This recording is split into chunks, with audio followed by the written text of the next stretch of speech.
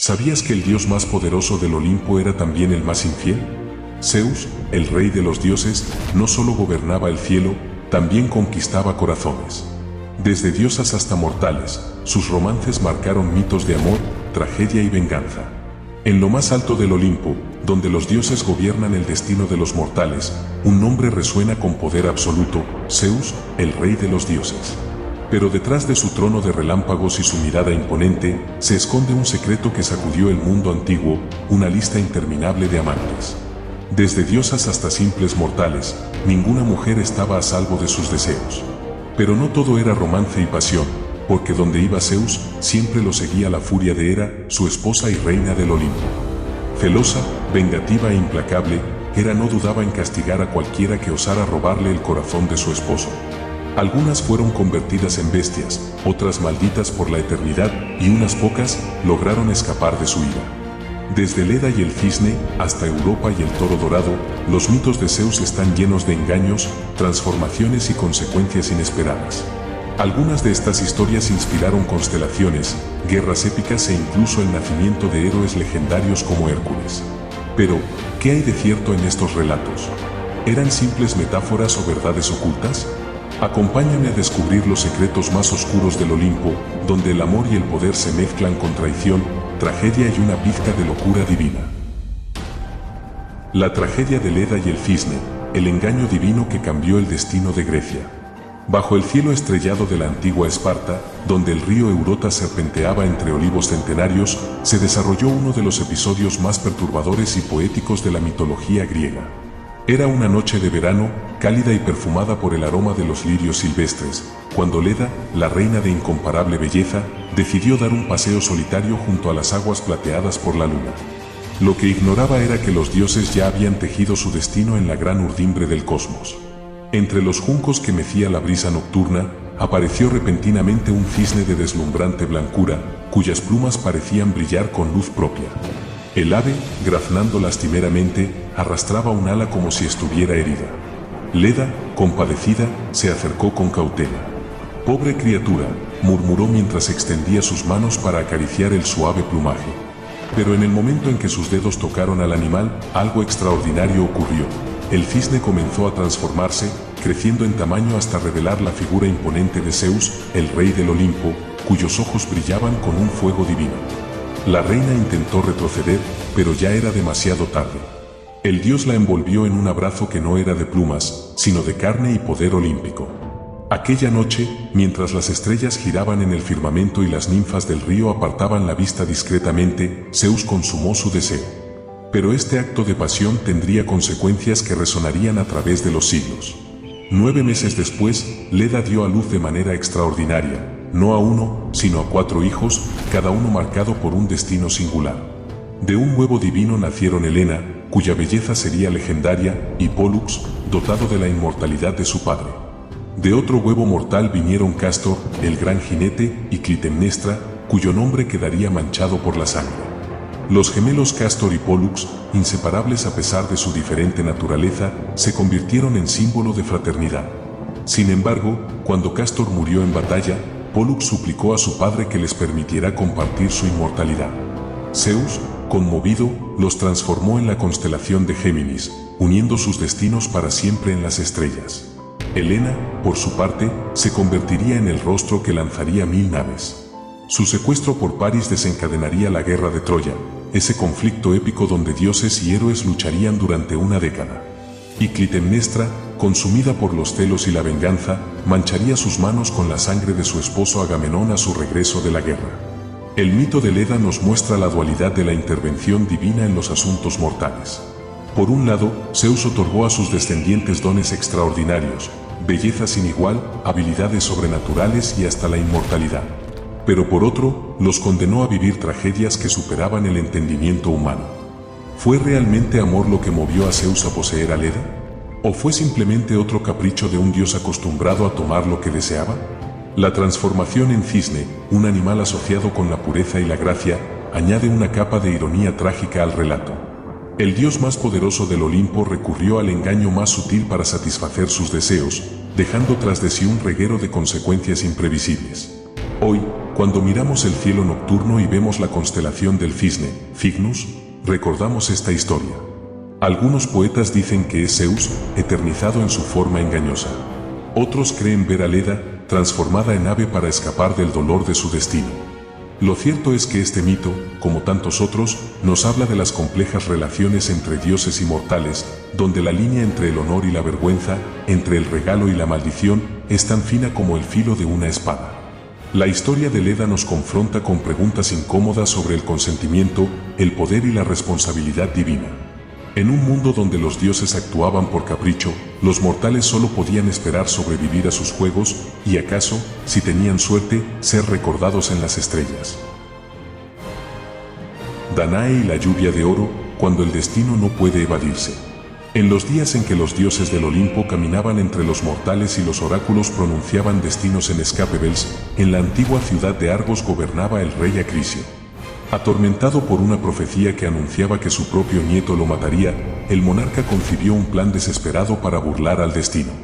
Construyó una imponente torre de bronce en los jardines del palacio, con muros tan gruesos que ni siquiera los rayos podían penetrarlos, y allí encerró a su única hija, la princesa Danae, una joven de belleza legendaria cuya mirada recordaba el cielo estrellado de verano. La cámara donde Danae fue confinada era amplia pero fría, con un solo respiradero circular en lo alto del techo que permitía el paso de la luz del día.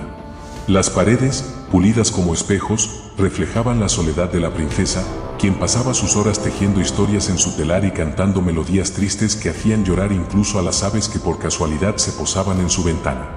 Los sirvientes le llevaban comida y vino en cestas que bajaban con cuerdas, pero ninguno osaba hablar con ella, temerosos de la ira del rey. Mientras tanto, en el Olimpo, Zeus observaba la escena con creciente interés.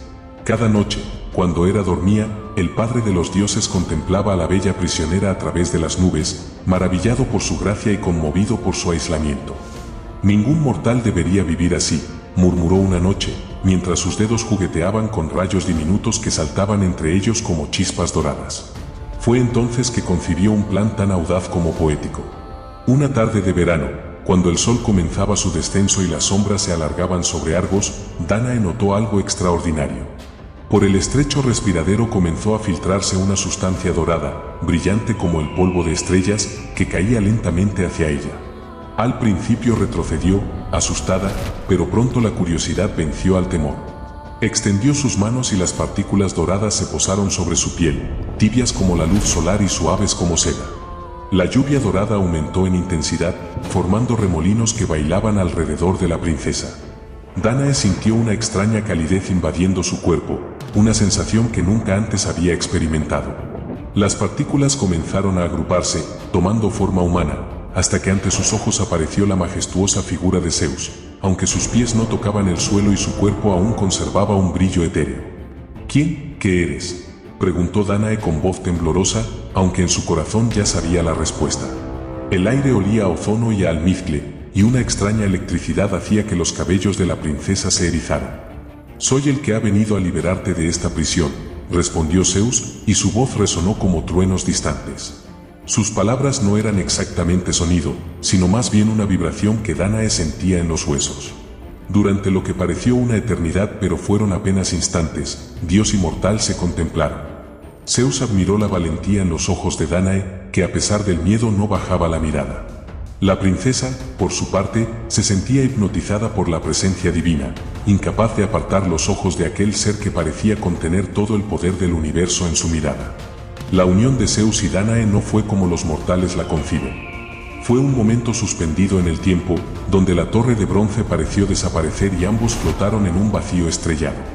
Cuando el dios partió, dejó tras de sí no solo el recuerdo de su visita, sino una promesa: tu hijo será el más grande de los héroes, y su nombre será recordado mientras existan hombres para contarlo. Los meses siguientes fueron de angustia para Danae. Su cuerpo cambiaba, pero el miedo a la reacción de su padre la mantenía en silencio.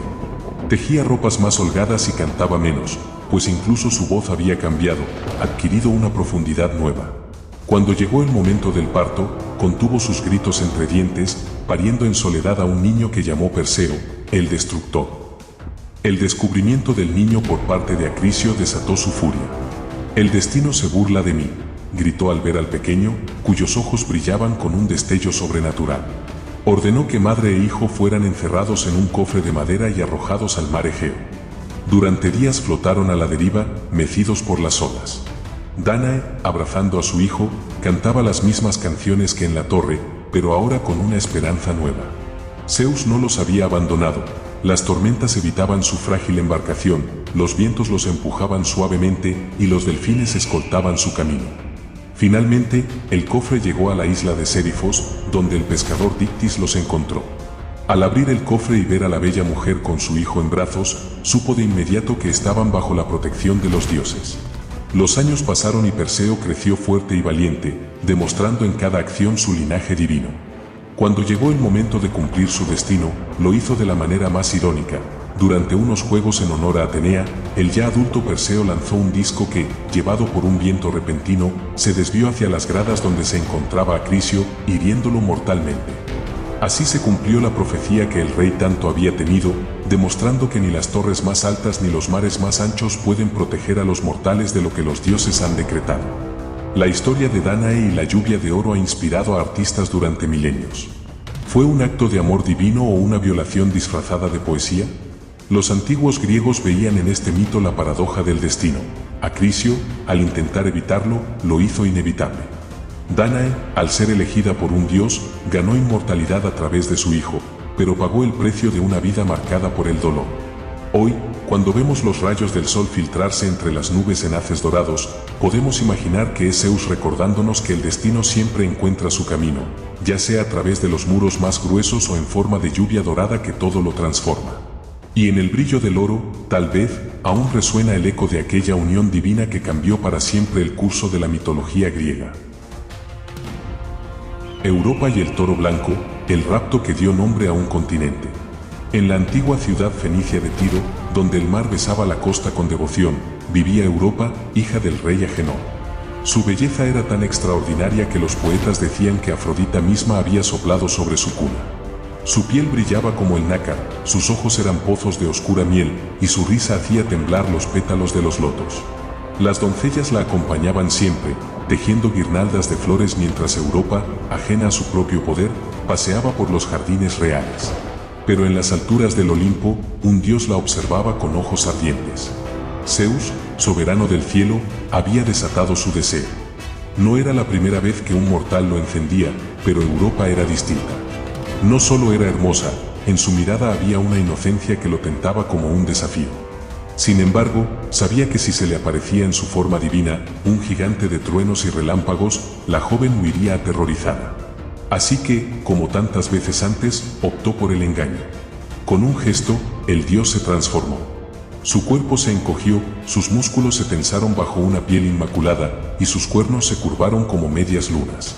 No era un toro común, era una criatura sobrenatural, con ojos que brillaban como gemas y un aura que calmaba hasta las olas. Bajó a las playas de Tiro con pasos lentos, calculados, como un cazador que sabe que su presa caerá por voluntad propia. Europa y sus doncellas recolectaban flores cerca de la orilla cuando lo vieron. «Mirad», gritó una de las jóvenes. «Un toro más hermoso que las estatuas del templo». El animal se acercó con majestuosidad, inclinando la cabeza como en reverencia. Europa, cautivada, extendió la mano. «No temas, princesa», murmuró una sirvienta. «Es manso como un cordero». El toro se dejó acariciar, frotando su hocico contra su palma. Europa rió, y entonces, en un acto de audacia, se subió a su lomo. Fue entonces cuando el mundo estalló en movimiento. Con un salto que desafió la gravedad, el toro se lanzó al mar. Europa gritó, aferrándose a sus cuernos mientras las olas se abrían ante ellos. Sus doncellas corrieron hacia la orilla, pero ya era tarde. El animal nadaba con una velocidad imposible, alejándose de Tiro como un relámpago sobre las aguas. «¿Qué eres?», gimió Europa, viendo cómo la costa se desvanecía. «No eres una bestia normal». El toro no respondió, pero sus ojos brillaron con una luz divina. Días y noches pasaron. El toro nadó sin descanso, protegiendo a Europa del frío con su calor sobrenatural. Las nereidas emergieron de las profundidades, observando con curiosidad. Los delfines saltaron junto a ellos, como escoltas de Poseidón. Europa, entre el terror y la fascinación, empezó a sentir algo extraño. esa bestia la amaba. Finalmente, en el horizonte, apareció una tierra verde y fértil, Creta. Al llegar a la playa, el toro se detuvo. Europa, exhausta, se deslizó de su lomo y cayó sobre la arena. Antes de que pudiera reaccionar, un resplandor cegador la envolvió. Cuando abrió los ojos, el toro había desaparecido. En su lugar, un hombre la observaba, alto como una montaña, con cabellos oscuros como la tormenta y ojos que ardían como el rayo. «Yo soy Zeus», dijo, con una voz que hizo temblar la tierra. «Y tú, Europa, serás mía». Zeus la llevó al monte Ida, donde la hizo suya bajo la sombra de los cipreses sagrados. De su unión nacieron 3 hijos: Minos, futuro rey de Creta y juez del inframundo; Radamantis, el más justo de los mortales; y Sarpedón, héroe de la guerra de Troya. Para honrarla, Zeus dio su nombre al continente que se extendía más allá del mar, Europa. Y como recordatorio eterno, colocó la imagen del toro entre las estrellas, creando la constelación de Tauro. Aún hoy, cuando el viento sopla sobre las costas de Creta, algunos juran escuchar el rumor de una risa perdida en el tiempo, la de una princesa que, sin saberlo, cabalgó hacia la eternidad sobre el lomo de un dios. Zeus y yo, el mito que tejió mares y constelaciones. En el fértil valle de Argos, donde los trigales ondeaban como un mar dorado, el río Ínaco serpenteaba contando secretos a la tierra.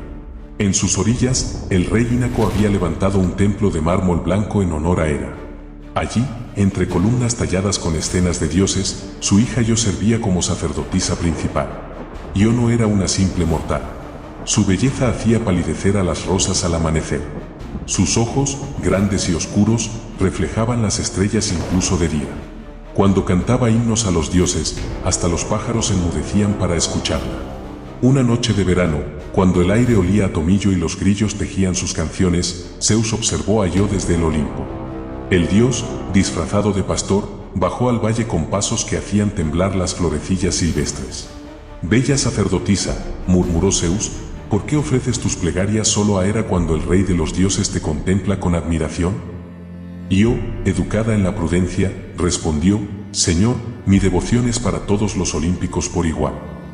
Pero cuando alzó la vista y reconoció al dios, un escalofrío recorrió su espina dorsal. Zeus, sabiendo que Hera lo vigilaba, ideó un plan audaz. Cubrió Argos con una espesa niebla dorada que oscureció el sol al mediodía, confundió a los pastores e hizo que los rebaños se extraviaran. Bajo este manto divino, Zeus se acercó a Io. Pero Hera, desde su trono de ébano, notó algo extraño en Argos.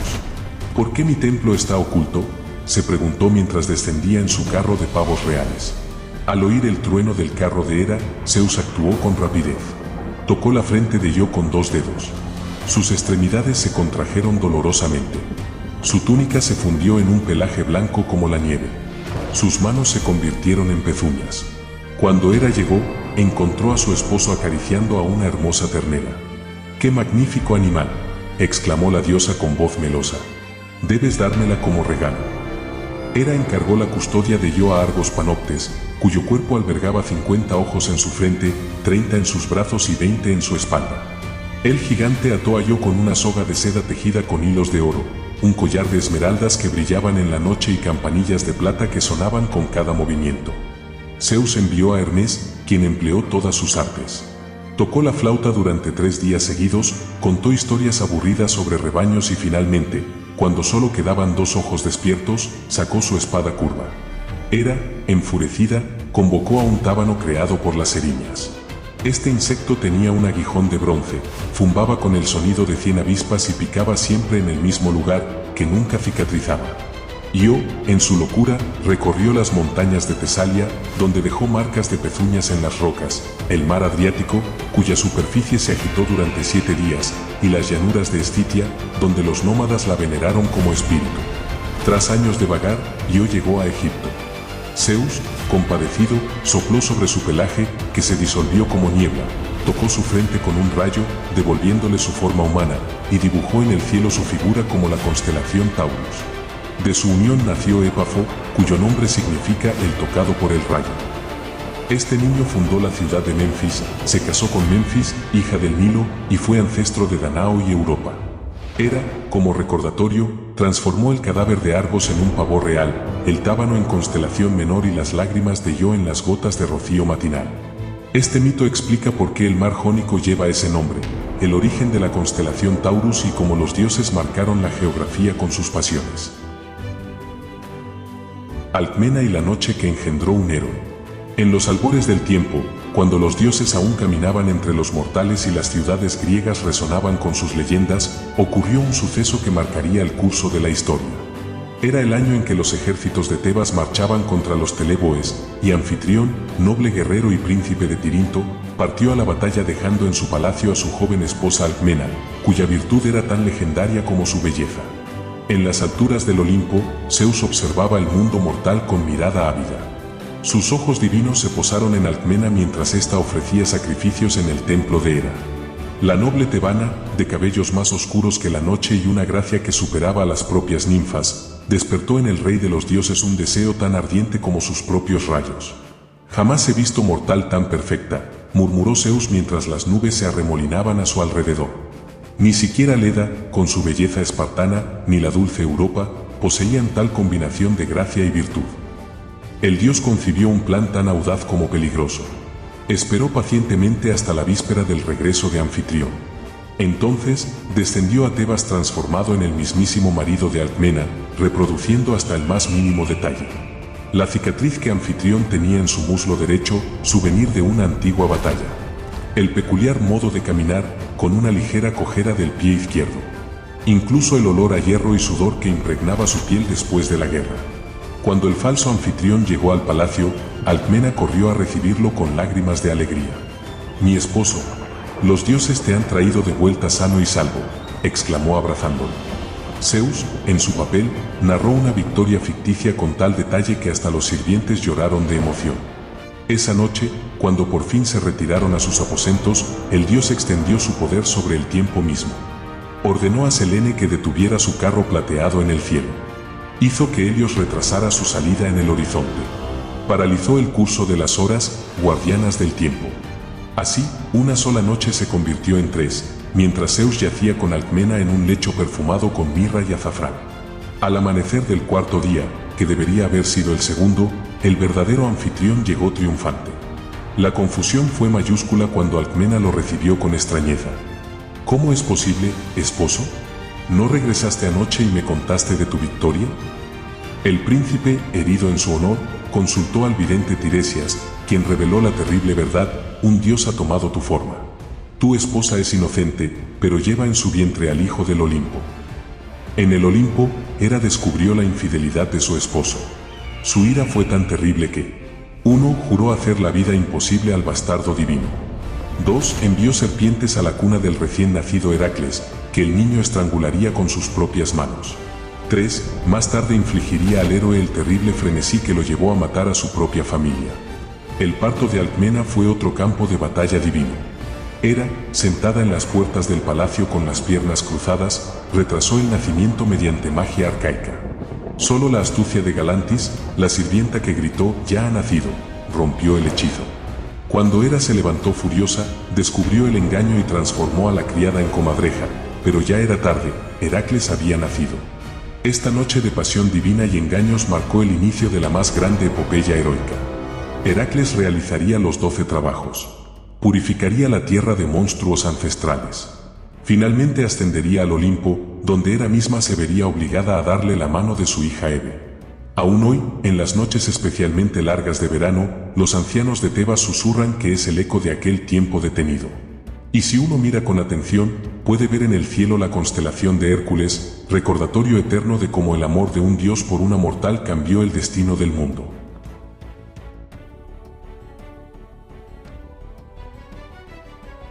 Sémele y el fuego de ver a un dios.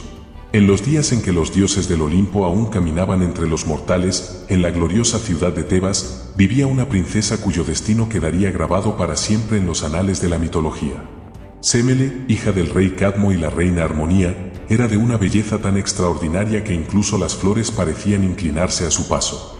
Su cabello ondeaba como las aguas oscuras del río Asopo al atardecer, y sus ojos brillaban con la intensidad de las estrellas que su abuela, la ninfa Teléfasa, le había enseñado a nombrar.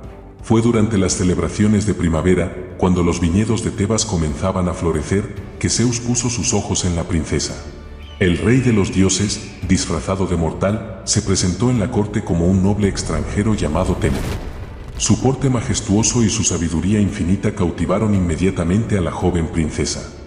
¿De qué tierra provienes, noble extranjero?, preguntó Semele durante un banquete, fascinada por las historias que contaba sobre lejanas ciudades.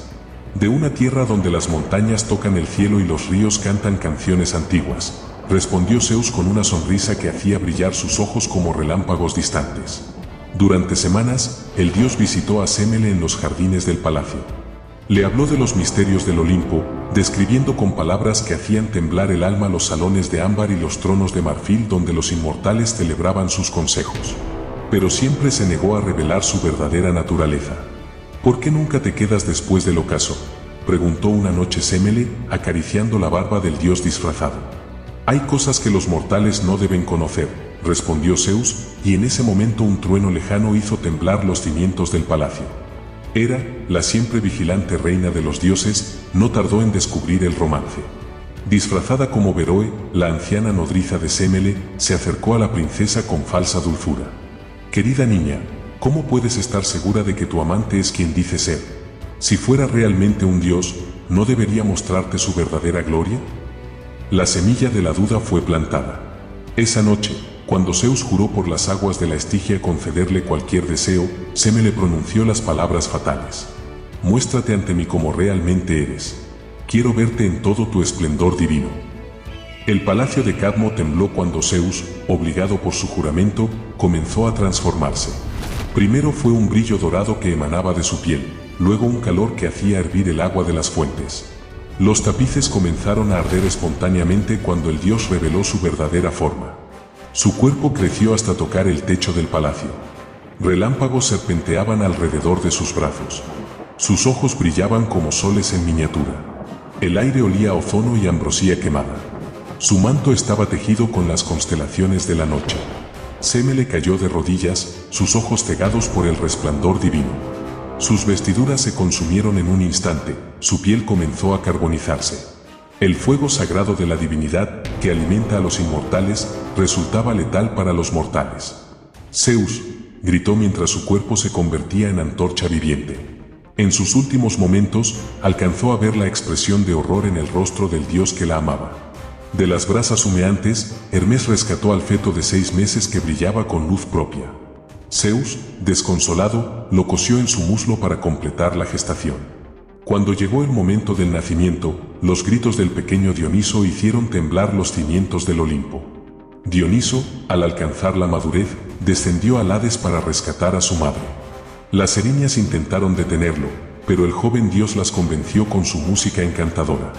Semele renació como la diosa Yone, y madre e hijo celebraron su reunión con un banquete que duró 40 días y 40 noches. Esta tragedia dio origen a importantes rituales. 1. Las antesterias, fiestas donde se bebía vino nuevo en honor a Dioniso. 2. El teatro griego, que nació de los ditirambos en honor a Semele. 3. La creencia de que los rayos podían otorgar inmortalidad. Aún hoy, cuando una tormenta eléctrica ilumina el cielo nocturno, los viejos de Tebas susurran que es Zeus visitando a su amada. Y en los viñedos, cuando el vino nuevo fermenta, se dice que es el espíritu de Semele riendo con su hijo divino. Esta historia nos recuerda que hay umbrales que la mortalidad no debe cruzar, pero también que del sufrimiento puede nacer la alegría más pura. Como el vino que nace de la uva pisoteada, a veces la mayor belleza surge de la mayor destrucción. Estas mujeres no fueron solo amantes. Fueron víctimas de un dios que jugaba con mortales como piezas en un tablero divino, donde la pasión era un arma y los juramentos, trampas celestiales.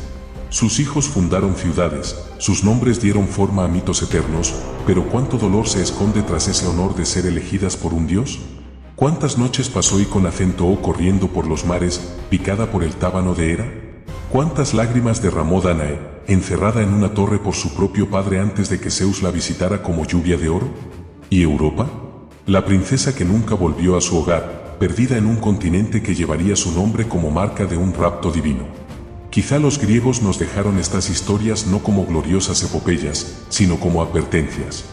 Recordatorios de que incluso los inmortales son esclavos de sus caprichos, y que el amor, cuando desciende del Olimpo, rara vez es tierno. A veces es un trueno que quema, un toro que arrastra, o una mentira dorada que destruye vidas enteras. Si estas historias te estremecen, dime en los comentarios. ¿Cuál te impactó más? ¿La locura de Icon Acento, la jaula de Danae o el viaje sin retorno de Europa? ¿Crees que Zeus amaba realmente a alguna de ellas o solo amaba el poder de conquistarlas? Dale like al vídeo y suscríbete si te atreves a escuchar más historias. Porque el Olimpo no es solo luz y gloria, bajo su mármol brillante hay sombras que gritan. Y recuerda, los mitos no mueren. Solo esperan a que alguien los cuente de nuevo. Hasta la próxima, mitológicos.